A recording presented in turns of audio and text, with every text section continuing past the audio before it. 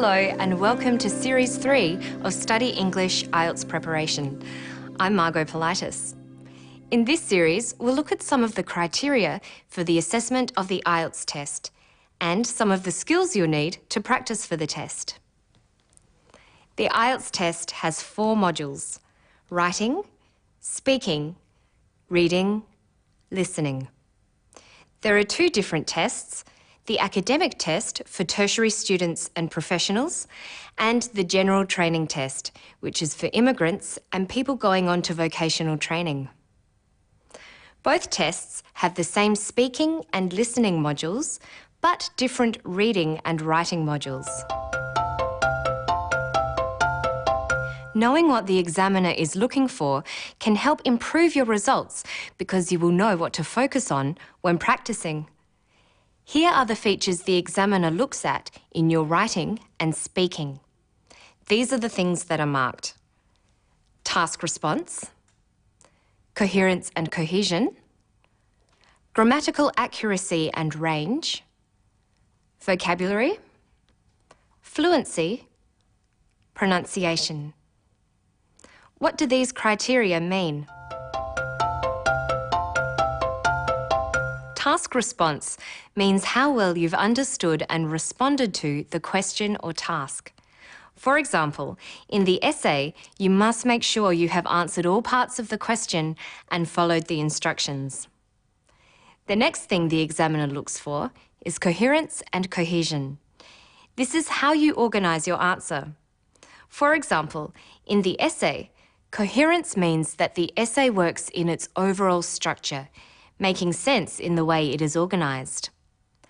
Cohesion means that the essay flows well from one part to the next.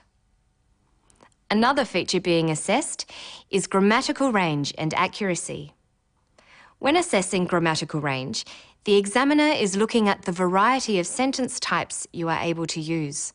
You can't rely on just using simple sentences and structures. Grammatical accuracy simply refers to the number of errors in your language. That includes things such as punctuation. The final feature assessed for writing is vocabulary. The examiner looks at the accuracy of your spelling and the range of words you use to cover a topic. You need to use the correct word forms and demonstrate that you can use them appropriately. You should also be aware of when to use formal or informal language. The essay needs to be formal, but you can use less formal language in the speaking test. The speaking test is designed for you to show how well you can express yourself on a general topic. It tests your vocabulary, the accuracy of your language, and your ability to use a range of sentence forms. It also tests your coherence by looking at how you organise and link your ideas while speaking. Vocabulary, coherence, and grammatical range and accuracy are criteria that also apply to the speaking test. The remaining 2 criteria are only for the speaking test: fluency and pronunciation. Your ability to speak without hesitating or pausing too often shows how fluent you are. Fluency is the ability to speak smoothly and easily. Now we'll look at the last criterion for speaking: pronunciation. How easily you can be understood is what pronunciation is about. Aim to pronounce words correctly and use appropriate stress and intonation. And your voice needs to be strong and clear. Pronunciation is speaking clearly and at a natural pace. To illustrate some of these criteria, next we'll show you a short piece about the sport of gymnastics. Sport is a common topic in the speaking test, and it's important to be familiar with the words used to talk about it. I do gymnastics at the Australian Institute of Sports. I was about 5 when I started, and I started just fun gym. My mum was a coach, so I got into it from that. We train about 36 hours a week, which is pretty tough, but it's worth it in the end. We don't have a lot of school. We do usually 3.5 hours of school in between our training. We have our main coach, who is the head coach for AIS.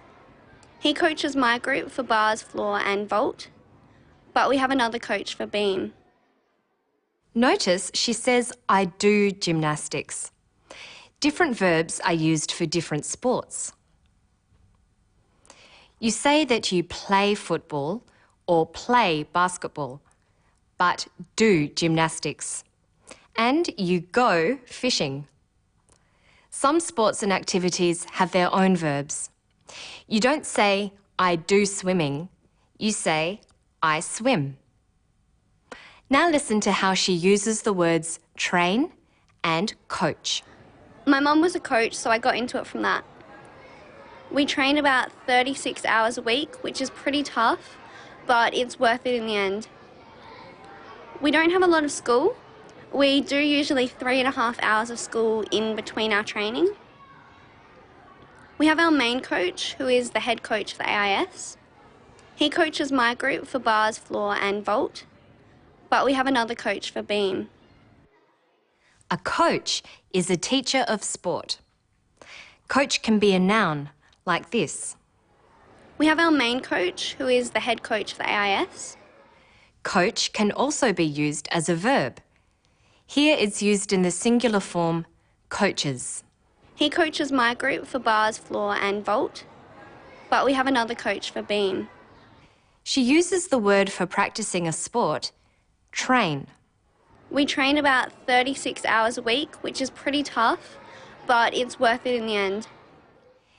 The ing form, training, can be used as a noun.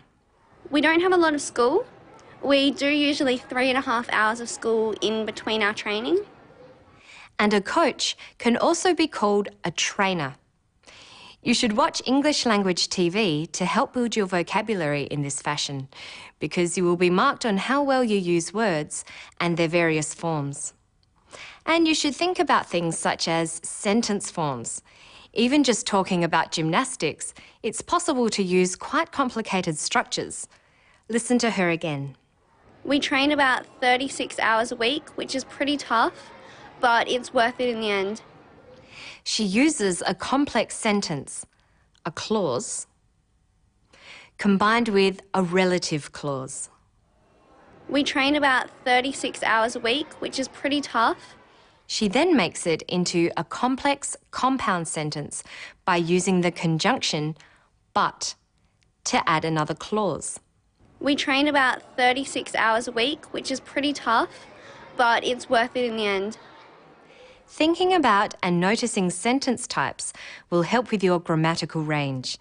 Listening to the way people talk for an extended period will help prepare you for the speaking test, where you will be required to talk about a topic for 2 minutes.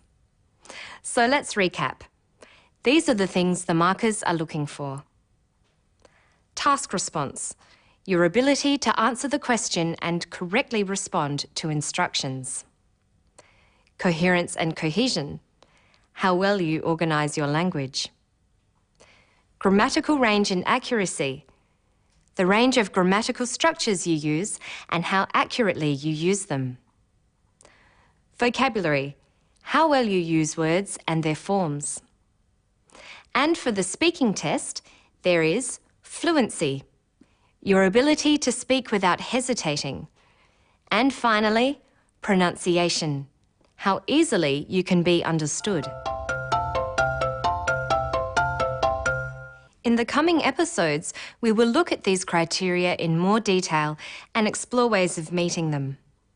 Remember that IELTS is testing your language skills, so take every opportunity to practice your listening, reading, writing and speaking to improve your accuracy, extend your vocabulary and develop your fluency.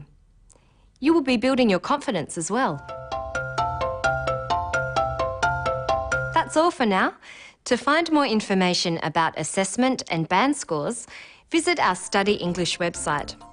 Good luck with your studies.